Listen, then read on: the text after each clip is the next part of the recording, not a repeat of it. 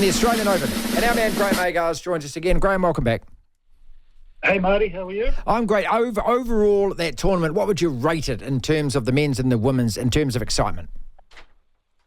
Well, there were 1.1 million people who went through the gate, so that's a pretty good indication that overall it was successful. If you wanted a one-liner, late nights, long matches, 35 five-set matches in the men's draw, which equals the all-time record in Grand Slams going back to the US Open in 1983. And Craig Tiley, the tournament director, who had promised to avoid late nights coming into this championship, has conceded defeat and is rolling out a bunch of new ideas to get the matches through faster, including something I've been talking about for 20 years now, and that is ditch the let on the first serve and the second serve. You don't call a let if the ball hits the net and trickles over during the course of a point, so why should you call it during the serve? So I've got a feeling maybe one change that will come at least into the men's game to try and cut down on the length of these, as I said, 35 five-set matches, including, of course, in the semis and finals this year. Graeme, look, how about just making a blanket? They've got to start these matches at 9 o'clock, so just moving them all back so that the latest match starts at 9 latest. Could that work? Well, yes and no. I think the best solution to late nights is to do what Wimbledon has had forced on it with the lights on the centre court, and that is there's a curfew. Now, at Wimbledon it's 11 p.m, and that's basically set by the local council so that there's not the disturbance in a residential neighbourhood of matches going to 2 and 3 o'clock in the morning and all the traffic then leaving. So I don't know that it's going to happen, but it seems to me the only way around it is putting a curfew on how late they can play. Now, whether the Australian Open decides that's midnight or it's 1 a.m. doesn't really matter, because you would treat it the same as a rain-delayed match. In the old days when they weren't roofs, if a match was delayed, you were called off court and you came back on second match on the same court the next day to complete the match. So the protocol is there. It's just a matter of having the courage to put a deadline on it. And I would, I'd be happy if the Australian Open picked midnight weekdays and let's say 1 a.m. on the weekend, something like that. And I think it'd be fair on the players, fair on the spectators, and better for the tournament overall, rather than having these 3:34 a.m. finishes, which Daniil Medvedev had to endure midway through his championship. And incidentally, he was the biggest defender, going to 5 sets in 4 of his 7 matches. Yeah, spent, hours on the court longer than everyone else, played many more sets. Was that, in the end, what got him against Sinner? He just ran out of his legs? Yeah, no, he was toast. You could see the way he played. He played most unlike Medvedev in the first 2 sets to get them off Sinner, and that is cutting the points short, playing aggressively, even coming to the net, which he doesn't like doing. But once he got into the 3rd set and Sinner found his feet, you could see it was just a matter of time. Now, Medvedev's probably the most courageous player in tennis right now. He never gives up, even though both feet were strapped heavily and he had no gas in the tank. He dragged it out to 5 sets again. He's a bit like playing a sponge, this guy. Doesn't matter what you throw at him, he just kind of absorbs it and keeps going. But it got him in the end, although I think if they were both fit and ready to go in a best-of-5 set match, Sinner was going to win it anyway, because he and Alcaraz are the new superstars of men's tennis. The men's final at the Australian Open, incidentally, was the first time since 2005 that final's been played without at least one of the big 3, Federer, Nadal and Djokovic. So the times certainly are changing.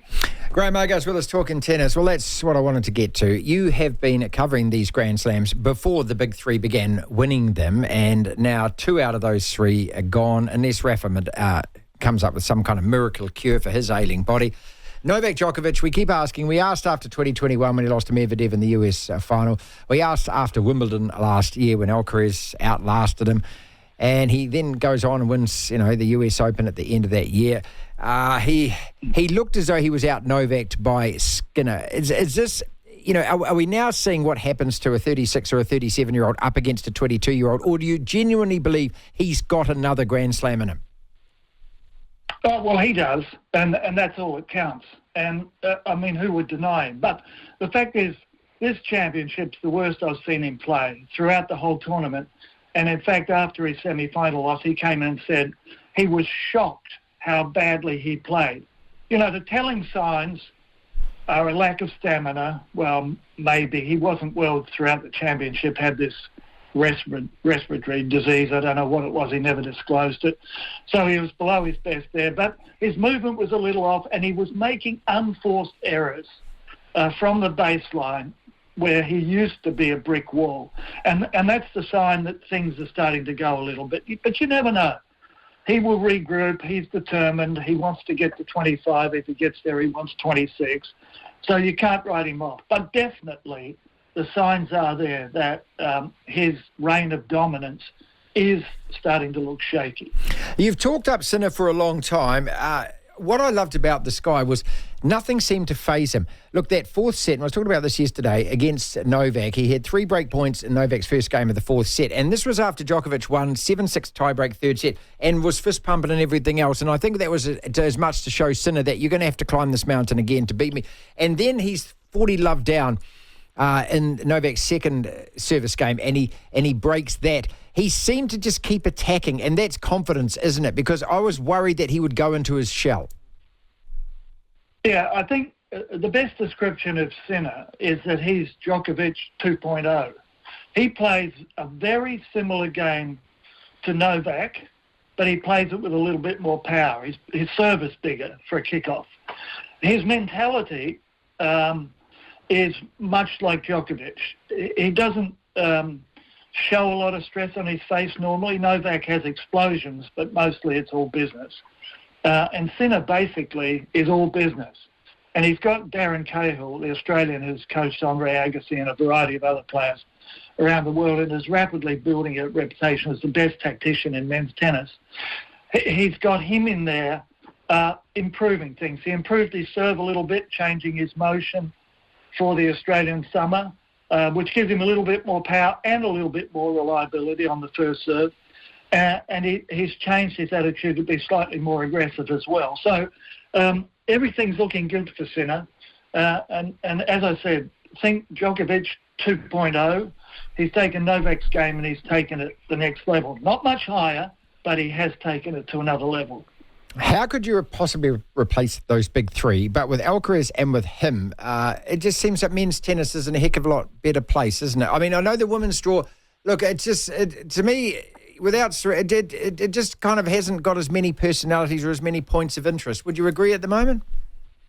Yeah, that's for sure. But, we had a long time with Aryna being the dominant force in tennis, so it's going to take a while for things to shake out. But I was encouraged by Sabalenka's performance at the Australian Open this year. Last year, she was a bundle of nerves and explosions on court and somehow managed to get the victory and validate her belief in herself a little bit. This year she came back mentally super strong, best I've ever seen her, which is a great sign, and her game much, much more reliable. So this is the kid that could dominate women's tennis if she really believes in it and wants to do it, because she's got the power of Serena Williams, and she's a better tactician, I think, than Serena was. Serena used to bludgeon away to most victories, even though she was a pretty good player all round. So, pretty good. Yeah, not bad. Yeah, one of the best. Better than pretty good. Pretty better than pretty good, Graeme, yeah. I'm hopeful Sabalenka can do that. Swiatek, I think, needs to definitely get more variety into the game. And Coco Gauff, who I'm a huge fan of, is still a work in progress. I thought the best match she actually played form-wise was the one she lost in the semis to Sabalenka. Her form up until then I thought was very, very ordinary, but there was nobody over the other side of the net that could really push her. But when it came to having to step up at least 2 or 3 levels, she did it, but she's not quite good enough. And her glaring weakness that these girls all know is you go to the forehand side. And she may hit a winner 1 in every 6 shots, but the rest of the time she'll give you an error. It's almost like a cheap point. And Sabalenka exploited it to the max, and that's why she won. So, the women have got Sabalenka, they've got Świątek, they've got Coco, then you've got the Rabakinas, Jabeur, and maybe Osaka can mount something of a comeback. But, there's still not a clear number one out there, and Sabalenka, despite winning the Australian Open, is still not number one. So that fight's going to continue during the year. Graeme Agars with us. We had a Belarusian woman winning and a Russian guy getting to the final, and still professional tennis persists with this idiocy that it doesn't put a flag beside their names. Is enough on that now? I don't know whether the protest ever worked, but it just seems a bit silly these days.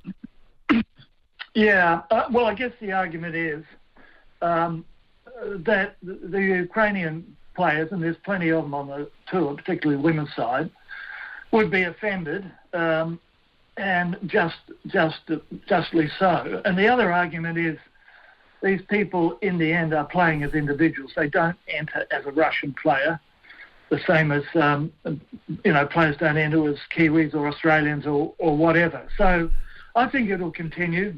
It's a token thing. How much does it mean? Not much, really, because everybody in their commentary refers to Medvedev as a Russian, even though his flag's not alongside his name. But, maybe just for the protocol of the thing, particularly at a place like Wimbledon, they'll continue it for a while. But to me, I'm not too bent out of shape about it. I feel for the Ukrainian players.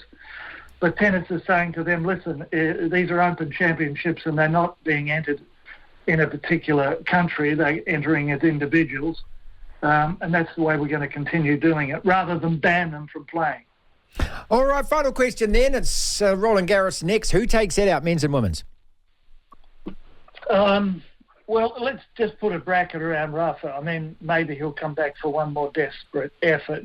I don't think Sabalenka's suited to the clay, so it could be a Jabeur, maybe even Osaka, or Świątek, who's very comfortable on the clay and doesn't really have to have as much variety in the game there.